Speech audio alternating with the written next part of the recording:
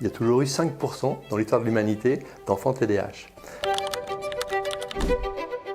Et quelles sont les choses qu'on entend souvent sur le TDAH qui sont en réalité complètement fausses? Alors il y a plein de mythes sur le TDAH. D'abord que les enfants mal élevés, c'est pas vrai. Ceci dit, il y a quelques enfants qui bougent parce qu'ils sont mal élevés.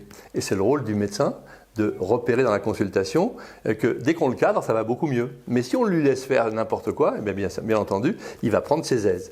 Donc les mythes, c'est ils le font exprès, ils sont mal élevés, c'est une mode, c'est pas vrai que c'est pas une mode, il y en a toujours eu autant. Il y a toujours eu 5% dans l'histoire de l'humanité d'enfants TDAH.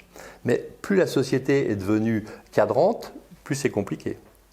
À la préhistoire, quand on était TDAH, on était chasseurs. Et puis il y avait les cueilleurs. Et que dans un groupe social, on était content qu'il y ait des chasseurs, peur de rien, prennent des risques, vont courir de partout, ils ramenaient à manger.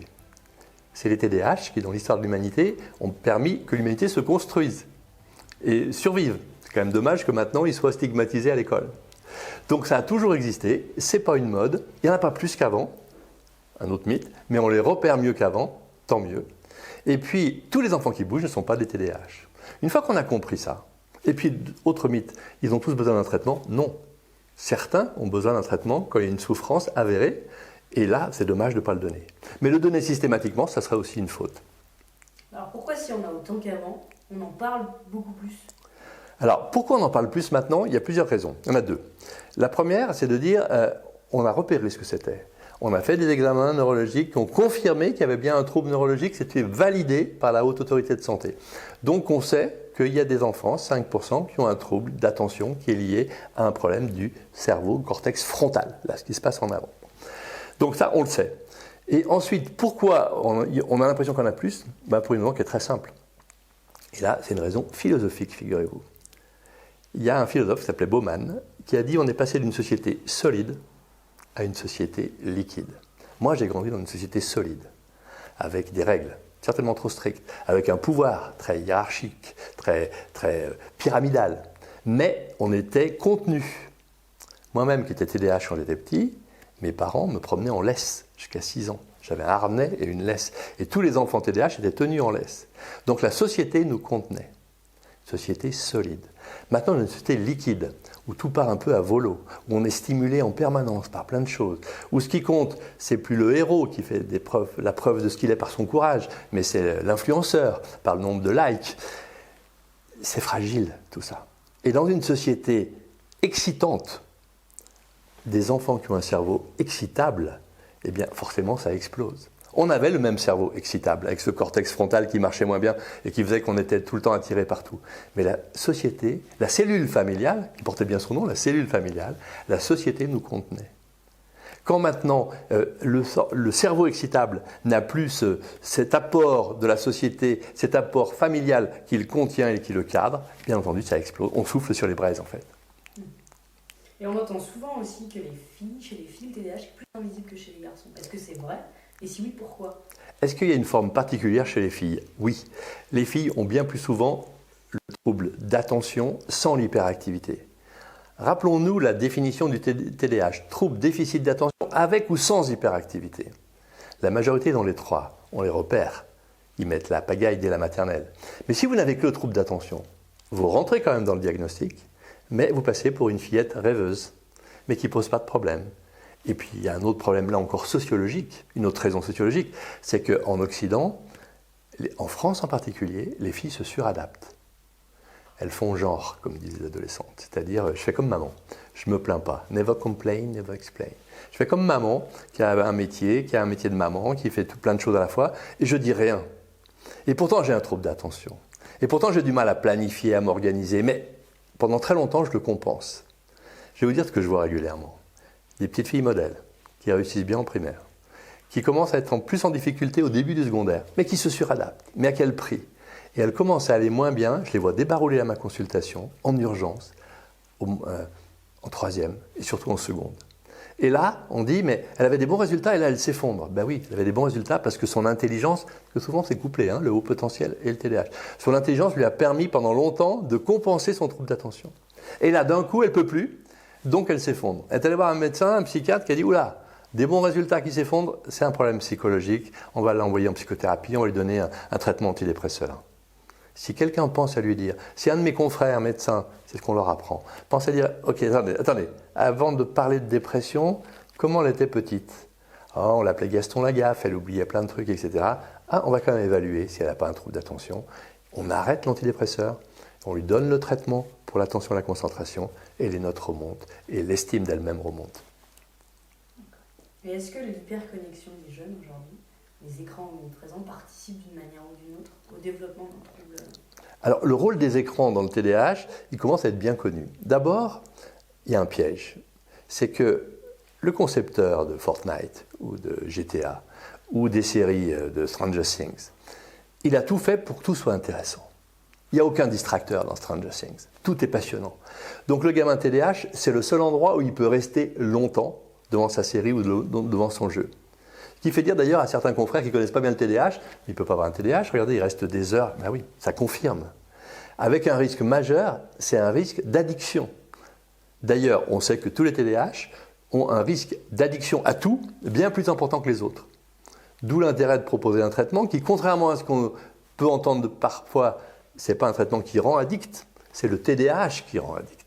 Et que ceux qui ont été traités tôt ont moins de chances de devenir addicts. Donc pour répondre pour les écrans, le piège, c'est que les écrans, c'est extrêmement attractif pour les TDAH, et même pour les adultes, quand on a un TDAH, eh bien, on travaille bien mieux sur un ordinateur que sur une version papier. Après, il est évident que si on a mis l'enfant trop tôt devant les écrans, lui qui a déjà du mal à attendre, qui a du mal à accepter de s'ennuyer, eh bien, on ne lui aura pas donné la possibilité d'apprendre à s'ennuyer. Moi, quand j'étais petit, il n'y avait pas d'écran. Donc, quand je m'ennuyais, une fois que j'avais fait le 1000 bornes, il fallait que je joue au Lego ou au mécano. Donc, on apprenait aussi des stratégies pour lutter contre l'ennui. Maintenant, quand vous avez un TDAH, vous appuyez sur un bouton et vous avez tout ce que vous voulez. Il est vrai. Et pour conclure, quel conseil vous donneriez à un patient, à un jeune patient ou à son parent qui vient d'être diagnostiqué? Quel conseil vous donneriez en fait? Qu'est-ce qu'il faut faire à la suite d'un diagnostic? Est-ce qu'il faut avoir peur tout de suite? Dès qu'un enfant a le diagnostic, à condition qu'il ait été posé dans de bonnes conditions, et une fois encore, le diagnostic, c'est le médecin qui le pose, en écoutant les parents, en observant l'enfant. Une fois qu'on le diagnostique, ça doit être une délivrance, c'est-à-dire, je comprends pourquoi. Ça donne du sens à mes difficultés. Et maintenant que je sais pourquoi j'y arrive pas, je vais pouvoir mettre en place plein de petits tips qui vont me permettre de contourner. Le stop, think and go, il y a aussi le time out, c'est-à-dire que les parents leur disent, au lieu de le rejeter, vous dites, là, tu vois, tu as trop de stimulation, viens, je vais t'emmener dans ta chambre, on va se mettre sur le cap là, on va se mettre sur le mécano, on va faire un truc ensemble.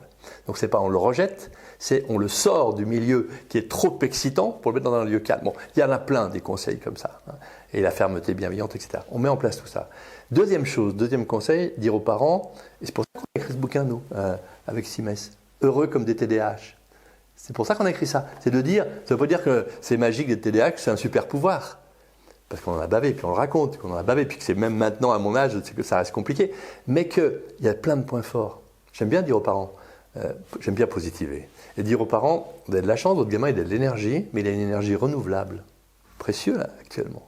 Et puis vous voyez que le côté négatif, alors qu'il y a plein de trucs positifs. On va tout faire maintenant pour que son TDAH devienne une force. Transformer cet obstacle en tremplin.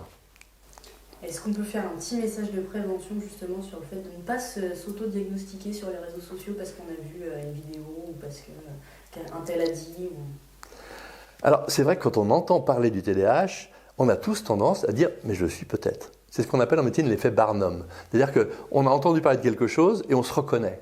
On se reconnaît un peu. Vous allez me dire, par rapport à ce que je vous ai dit, faire la déclaration d'impôt, attendre dans une file d'attente, être coincé dans un embouteillage, personne n'aime. On est tous un peu comme ça. Mais le TDAH, il est tout le temps comme ça. Tout le temps. Même dans ses loisirs, même dans les choses qu'il aime bien, etc. Donc, ne vous diagnostiquez pas tout seul. Si vous avez un doute, allez voir votre médecin. Et les médecins traitants ont fait d'énormes efforts d'information et de formation pour comprendre ce qu'est le TDAH. Et ils doivent, et eux seuls savent, éliminer d'autres causes avant de parler de TDAH. Mais si vous avez un doute, ça vaut la peine quand même de faire cette démarche-là. Est-ce qu'il y a un côté héréditaire ou génétique au TDAH? Ok. Quelle est l'origine du TDAH? On sait maintenant que c'est d'origine génétique. Comment on peut le savoir? C'est très simple. Les Américains, ils ont des cohortes. Ils ont des cohortes de jumeaux. Alors, il y a toujours encore des personnes qui vont dire « Mais non, c'est les parents qui rendent TDAH ». Vous prenez des jumeaux. Il y en a un qui est TDAH.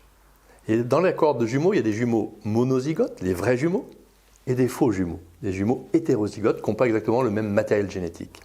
Et les Américains ont mis en évidence que si vous êtes TDAH et que vous avez un vrai jumeau, vous avez 8 chances sur 10 qu'il le soit aussi. Si vous êtes TDAH et que vous avez un faux jumeau, comme votre frère, vous n'avez plus que 3 chances sur 10. Il n'a pas le même matériel génétique que vous. Donc ça veut dire qu'on a la preuve que l'essentiel de l'origine est génétique. Maintenant, si c'était que génétique, ça serait 10 sur 10, puisque je l'ai. Donc il y a une petite part, ce qu'on appelle l'épigénèse de l'éducation parentale. Mais la base génétique, elle est indiscutable. Et autre question plus scientifique, est-ce que si on fait une IRM par exemple cérébrale, est-ce qu'il y a une détection, est-ce qu'on voit le TDAH dans l'imagerie en fait? Okay. Est-ce qu'il y a un moyen médical de dépister le TDAH? Non. Une IRM standard ne peut pas faire le diagnostic de TDAH. On l'a fait au niveau de la recherche, mais là, ce n'est pas encore quelque chose qu'on peut faire systématiquement, ce qu'on appelle l'IRM fonctionnel. On met l'enfant dans l'IRM, on l'a fait à l'hôpital neurologique, on lui fait faire une petite tâche et on regarde les régions du cerveau qui sont impliquées. Et c'est là qu'on s'est aperçu que cette région frontale, qui est fondamentale pour réfléchir avant d'agir, pour planifier, pour s'organiser, pour se projeter dans l'avenir, elle marche moins bien chez eux. Mais ce n'est pas du tout un examen systématique. Le seul examen qu'on doit faire, c'est un examen clinique, un entretien avec un médecin et un interrogatoire poussé de l'histoire de l'enfant depuis sa naissance jusqu'à maintenant. Bon, et est-ce qu'il faut faire un test QI quand on a un doute? Alors, on se pose souvent la question du bilan psychométrique, ce qu'on appelle le test de QI, voire même les neuropsychologues font des tests d'attention. Là encore, les recommandations disent que ce n'est pas indispensable. Ce n'est pas une faute de le faire.